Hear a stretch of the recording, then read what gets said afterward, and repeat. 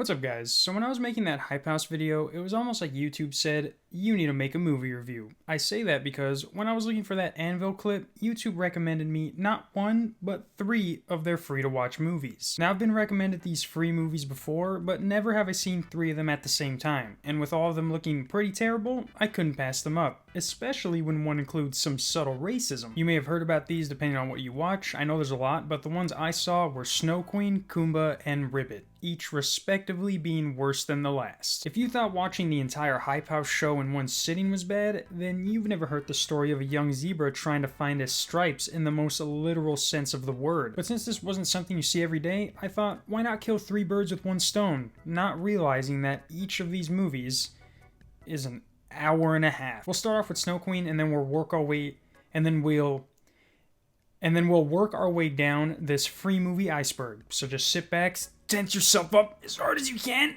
and see how long you can go before you... So originally I thought Snow Queen was a Frozen ripoff, only to find out that it came out a year before Frozen and in Russia. I did watch the English version, but that didn't make it any better. But just so you guys don't click off, it is kind of like Frozen, only the girl's name is Gerda, and instead of Olaf we have this... dog. Actually, I also feel like the story makes more sense in Russian because the English translation sounds like someone's trying to make up the story on the spot. Apparently, and I'm getting this directly from the movie, a Snow Queen has taken over the world and the only ones that can stop her are wizards. What kind of wizards? The ones that look like they carved Pinocchio, of course. What are their powers? That's right. Making mirrors that let people see their one true self. Master Vagard made magic mirrors that were capable of reflecting one's true self. But this wood-carving wizard is the last of his kind, and the Snow Queen hates to look herself in the eyes. So in this Cloverfield-like scene, she brutally freezes the parents to death, orphaning these 2 children. We then get our first look at the Snow Queen, who kinda looks like Benedict Cumberbatch. The real question is, what the fuck is this thing? It looks like someone forced a dog to have sex with an anteater and God was like, I don't know what you want me to do. But here's where we find out that SQ wants Orm to find and bring back the mirror-making wizard's orphan kid, a task he spends 13 years trying to accomplish. I found him! It took me 13 years, but I did it! Oh yeah, and he can also shapeshift into any animal he wants, but the guy who makes mirrors is the wizard. But apparently this kid named Kai is the one he was looking for, and after a blizzard takes him away, it's now this girl's job to find him. Did I mention she had a pet ferret? No, seriously, did I? But after he gets taken away, this girl's like, you're gonna take me to him, or else. And he's like, or else what? And she's like, or else. And he's like, or else... But they end up at this greenhouse in the middle of nowhere, and after this lady tries to poison this girl because she found out they can heal plants at the touch, they end up leaving. You wanted to poison me? Let's go, Luda. And they don't explain her powers either, which only adds to the confusion. They say wizards, but everyone is dressed like a homeless Disney character. After they leave, we get an unneeded origin story on Orm, and basically a species brought themselves to extinction, but don't explain how they can shapeshift into any animal. He's all like, we all turned on each other, and I'm the only one left, and you're just sitting there like, when did we ask? They then have to cross this ice bridge as if the water underneath wasn't already frozen for them to walk over, and when they get out, we meet this king, and you're like, oh, new companion for the journey? Nope, just some crazy old guy who burns down his castle to prove a point to his kids. I'm going to set fire to my half of the castle!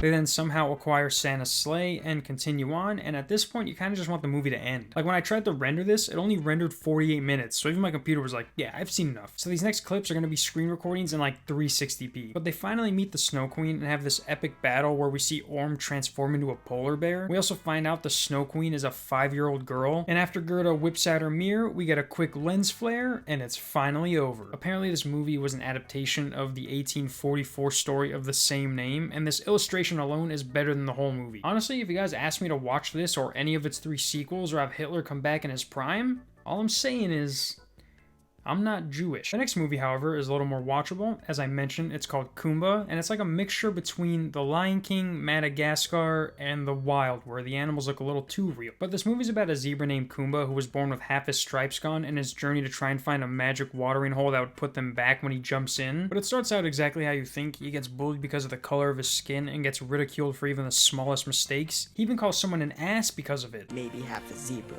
at least I'm not an ass. He eventually can't take it anymore, and after his mom tells him about this magic watering hole, he runs off to find it, not caring that his mom just wasted her last breath on a metaphor he didn't even comprehend.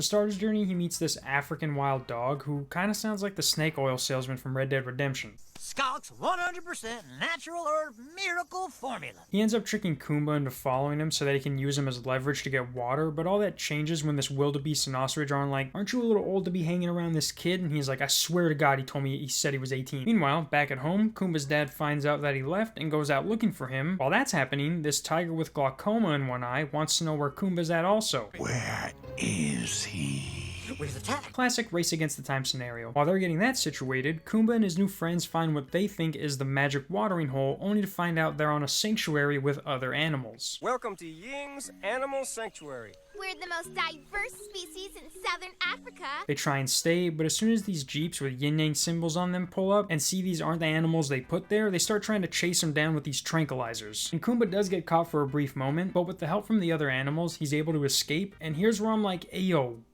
what? So after the car flips and Kumba gets out, the other animals are like, "You want to go in there, Ying's National Park." Obviously an Asian-owned park. That's cool and all, but tell me why above the entrance it says, "You stay long time."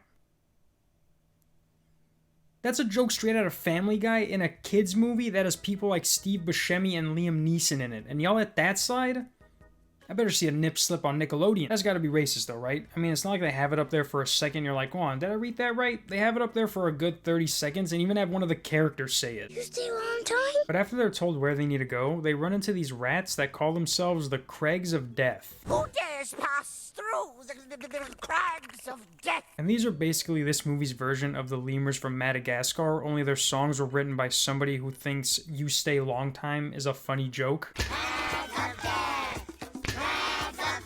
And it's here where they meet the Black Eagle, who in his own words is the only white Black Eagle, because he's white and not black. "You stay a long time." But the eagle's like, "You want to go there." And I'm like, bruh, that's gonna take him at least another 30 minutes. Come on! But after he finally makes it to the magic watering hole, he ends up fighting the tiger, who shows him that he's actually the chosen one. You are the one I've been waiting for.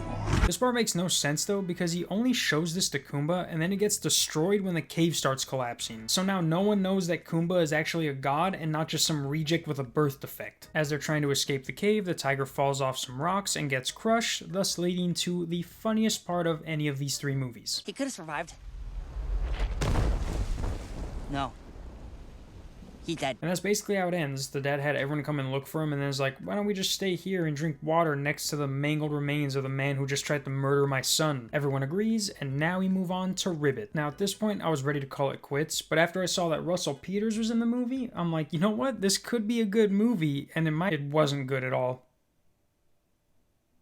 So because this movie was the worst out of all three, I am actually able to describe it in a 3-slide PowerPoint. So the frog's name is Ribbit, is afraid of water and doesn't fit in, he has a flying squirrel as a best friend, and for some reason has teeth. During his soul searching, he runs into a bat who lies and says he's a human trapped in a frog's body. Literally spends the whole movie trying to look for a princess to kiss. After finding a princess to kiss, it becomes clear to him that he was bamboozled and realizes that he was meant to be a frog. All in all guys, I don't recommend any of these movies. I don't know why YouTube does. I will say the ending of Ribbit is pretty catchy. You can call me